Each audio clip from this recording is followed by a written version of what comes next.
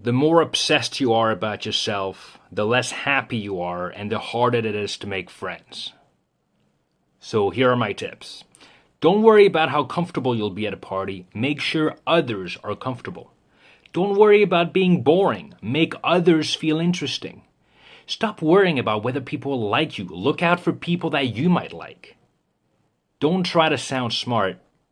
Embrace sounding dumb.